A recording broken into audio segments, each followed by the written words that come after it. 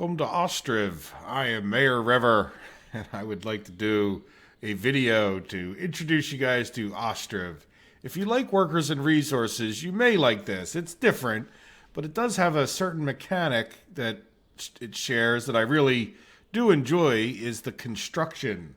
As we construct things in this game, they actually go out and look like they're constructing instead of just forming out of the ground like many games do. So the first thing you need to do is find a good location for your camp.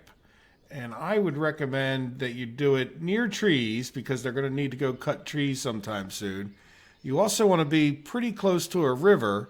So this, for example, would be a great place. Now you want this camp, I mean, you can do whatever you want, of course, it's a game, but you really it will help a lot if this is right in the center of where you plan on doing things. So like right here might be a wonderful place for our camp. Now I have time paused, and I will warn you, this is the most boring game if you're on 1 speed. I mean, it's fun to watch for 10 minutes, and you'll see what I mean. If like to get anything built, we would take like the whole rest of the episode to build one building or something like that. So when you first start out, it gives you the hint that you need to build this. Now I expected that I would keep getting hints, and I watched somebody else's video and they seemed to get more hints than I did. I don't understand why. Like many of these games, there's no way to turn off this tutorial or whatever you want to call these, things that pop up there. But here's the forestry thing, and that is really one of the things that you need. Every building that you're going to build in the beginning especially is going to need wood. So I will turn this guy around till he sort of faces this way, kind of put him not to where he's going to cause any trees to go down, but nice and close. Oops, I clicked the wrong thing. Nice and close to the trees, but not where he would tear any down. Now it says we have no builders, but that's just because we're on game speed pause. But there you go. So if we click on this central tent here, this is how many builders. Now we can add a builder, right? So now we have 6, which isn't a bad thing to do. If we hover over this, and it may be hard for you guys to read, it says that we have 2 men and 9 women looking for a job. Now, not all people can be both, right? They're doing like a separation of the labor, I imagine, similar to what it was in a sense. So like certain jobs just weren't jobs that women could handle, so that you're not allowed to do those in this game.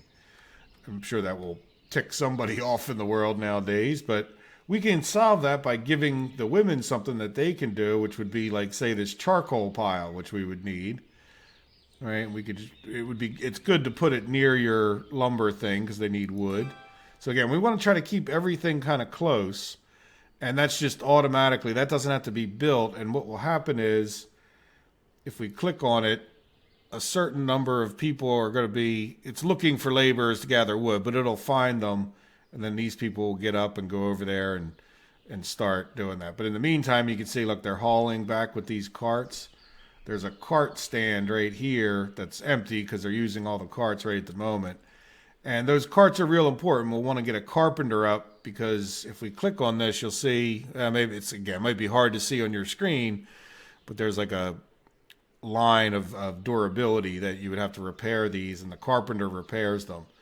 So the challenge in starting this out is, if you were to look at the things that we only have so many nails, and which means you're going to have to do something to get iron. And as far as I know, the only way to get iron is to trade for it, which means you have to build a trade building. So now we do come with a certain amount of iron. We start with 1,000 iron, so we can make some nails, and you also need the iron for repairing the carts. So there's a bit of a challenge in getting to certain points with things, right? But the real big thing that we need to do from the beginning is going to be, after this forestry is built, we're going to get another hint that we really need to get all of our people, all of our families, into actual houses before the winter, right? So in order to do that, we'll have to build the houses. Let's see what I mean about the building. Like we're less than 25% done, and we have, like, in a sense, an extra person. We only have 29 people in our colony two people that are still looking for a job, if you get the idea. Like, so as soon as you start building more of these buildings, you're not going to be able to have 6 construction workers carrying all this stuff back and forth, and it's going to go even slower. But before we start even speeding up time, there are 2 more buildings that you're going to have to build. And one of them is this clay pit, which I really don't particularly like the dynamic of this clay pit. Clay in the real world is in very limited areas. It tends to be along riverbeds, but it could be like an ancient riverbed. So it is possible you could have, clay up here from when the river used to cut through this way, and over time it took a bigger bend. But, so I'd like to see them maybe get a little more realistic, but since they're not going to be realistic, we're better off putting this again like as close as possible or as is reasonable to where we're going to use the stuff. All right, so I'll spin it around. See, can I get it? Yeah, we can take out a tree, right? Now, eventually those tents will disappear as we get people houses, but you're definitely going to need more clay to build all the houses than you're given initially. If we look, we start out with, no clay at this point. But then the other thing that's a little bit, and this game's in early access, so don't take any of my criticism as something that might not be improved. But at the same time, I've learned with games, you can never count on them making the improvements you want. Now, I'm not sure if you need to be near these reeds, but another building that we need to build, or you will need to build if you start out, will be a thatchery. And you could put that up here, but then they have to go back and forth for the reeds. I think you're probably better off generally building down here. But again, you can test it out for yourself and see what it's about. So there you go. See, now this is the other thing about it, maybe different than like, say, Workers and Resources or other games where things either get auto-built or even though you have construction, you could assign 2 constructions. They will not work on this one as long as they're working on this one. So it's one building at a time, and it'll be in the order. Like, say the clay pit, no foresters to remove trees. That was, I didn't even think of that. But yeah, if I had plopped it down where the tree wasn't, then it would have just automatically been built. As soon as they remove that tree, there's no actual construction on that. This will need to be built. So as you can see, look, now they're all taking a break. So it's like, I even watched a bit of another guy's video as I was starting to play it. And like he had started out like fast forwarding 2 times. And I noticed like by the time he made his second or third video, like he was just going back between these 2. It's like, because look, this is, relatively quick. And again, we got 6 workers on it. As soon as we go here, we're going to open this up. Like this will switch over to being the actual forestry, and then we'll add like, say, 3 workers there. See what I mean? So like we can come back over to this tent, right click and get rid of one of them, and then they should become a worker over here. And that's how all of this works. So one of the bigger challenges in the beginning is you're going to have a limited number of workers and too many jobs. And then the real thing is you need more men. Like these are all like women sitting around doing nothing, which is good because they can do some of the labor stuff. Like they'll fill up this charcoal pit that we placed. They don't seem to haul. Like laborers seem to have specific jobs. It seems like only the builders haul things over to, say, this thatchery that we're building. Now, if you notice, we build in the thatchery. We got the clay. See, as soon as they remove that tree, like boom, it just became a clay pit with infinite clay. So that's another thing that's a little. But again, it's early access, so don't take it. Now, what we could do now is, right before that gets done, even we build houses for each person. So I'm going to come here. Now, there is a little bit of grid. You can kind of see a little difference. Again, does it have to be that? No, it's absolutely not the kind of game anything needs to be on the grid or anything like that. It's a little weird placement thing where the fence is attached, and then it's kind of hard to get them, like, perfect. But maybe that's not the intention of the game anyway, right? Now, I did learn pretty quickly that what you want to do is leave them some gaps in places. Right? So I'm going to like leave a gap between these 2 houses. And we would need to build 9 houses, 1 for each family. right? And here's what I mean by not being able to get them perfect. Like if we start placing houses here, because of that mechanic, the way it goes, like I'll place a house here. Now we can get them relatively close to each other, right? But if I start placing them and things, it's a little like you could very easily make this yard a little bit bigger than that yard, and it's kind of hard to get a good view of exactly what you're doing. So there's 5 right there. So if we do another 2 here, we'll have, right, and so I mean, like he's wanting to attach there. I don't want him to. It's kind of easy to make odd shaped things here. But again, I don't even know that would be my goal. I'm just plopping this stuff down so you guys can see. You know, maybe you could be a lot more creative than just like gridded streets there, right? Like, so when they get done building, and we'll go back, see what like now they're going to build these 9 houses. Just so you know, it's March already. If you did spread out, like I'll give you an idea. Like when I first started, the first time I sort of started the game, like I really thought, oh, I want the tent out of the way, and the difference was like getting all these houses built before July, or here, let's go fast forward. Before, well, I'll say August, I got them built, or like September. So you could save a month.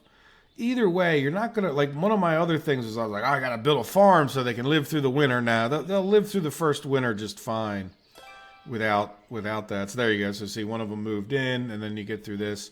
Now, like I said, I saw other people had other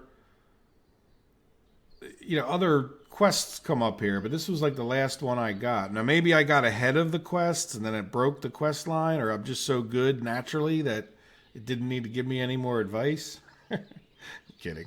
Yeah, but I certainly could have used some more advice, especially because some of these things are confusing, like knowing that you need a carpentry in order to repair the wagons. So now really the first thing actually before we build that, but we'll be able to build both, is you really want to get your smithy going. Now your smithy also needs the wood pile there. All right, so there goes the smithy. I'll just put him right. He needs this wood charcoal pile, not wood pile. And in order to combine it with the iron that he'll get out of our storage. Now the only way to get more iron, as far as I know, is to go trade for it. So once we use up the 1,000 iron making nails and parts for the wagons, then we're going to have to be able to trade by that point. Now, the other thing I've learned that I like to do, just because we still probably have some women sitting around doing nothing. Yeah, see them all? Now, this will use up some of our wood, but I haven't had a problem making more wood. So if I get 2 of these charcoal things going, we'll be good to go. Now, I left a gap right here in between the houses, and one of the reasons for that is they have this trade and transport. And right off the bat, I've learned that we could put, let's turn it a little bit, right? We'll turn it facing this way. We could put a market stall in, and we can put one of the women to work there, and then we could sell people firewood. Otherwise, they'll just go get the firewood out of here for their houses. So what that'll do is we'll make a few bucks. Now, she's got to go over and get firewood and bring it back, but, you know, that's all good. This is not a socialist game. If we click on, well, if we actually click it on the house, you can't tell, but if we come here, look, we're getting 0.44 per year for house rent. And when we actually, local sales, 50. Oh, did we already sell firewood? No. I don't know what we got from local sales. But maybe we sell it out of here too. I'm not real sure. It could be that you sell it out of there and I just wasn't paying that much attention. But the bottom line is we can come in here and we can say, okay, sell any of these things. So you have to pay people. If you notice, our money's going down. So you have to have a balance. I think that's one of the things that make this game potentially challenging, is that you're running a real economy, not some socialist, you don't worry about. No, you got to pay people.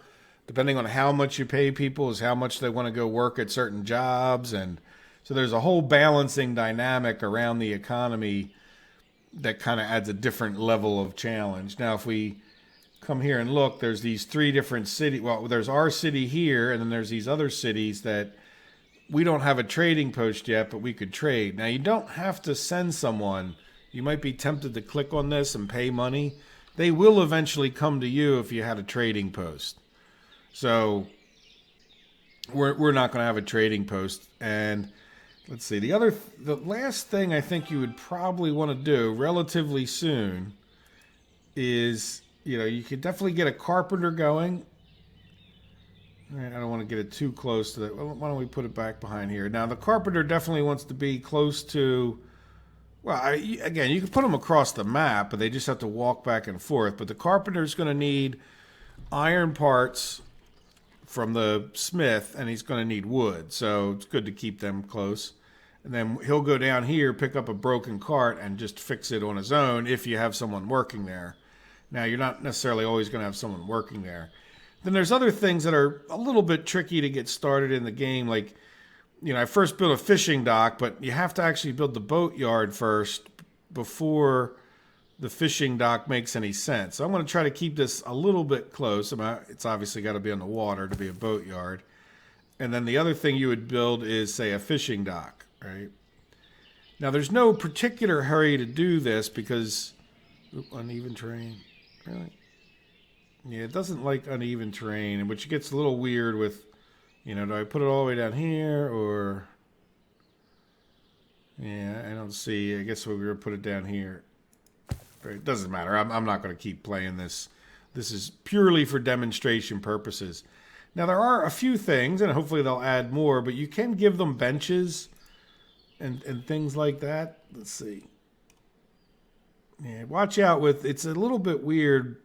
The system of, or not weird, I mean, it's just different than some of the other games I've played recently, so my clicking skills are limited, but you can put like benches in here. Now see how they came out and sat on the bench?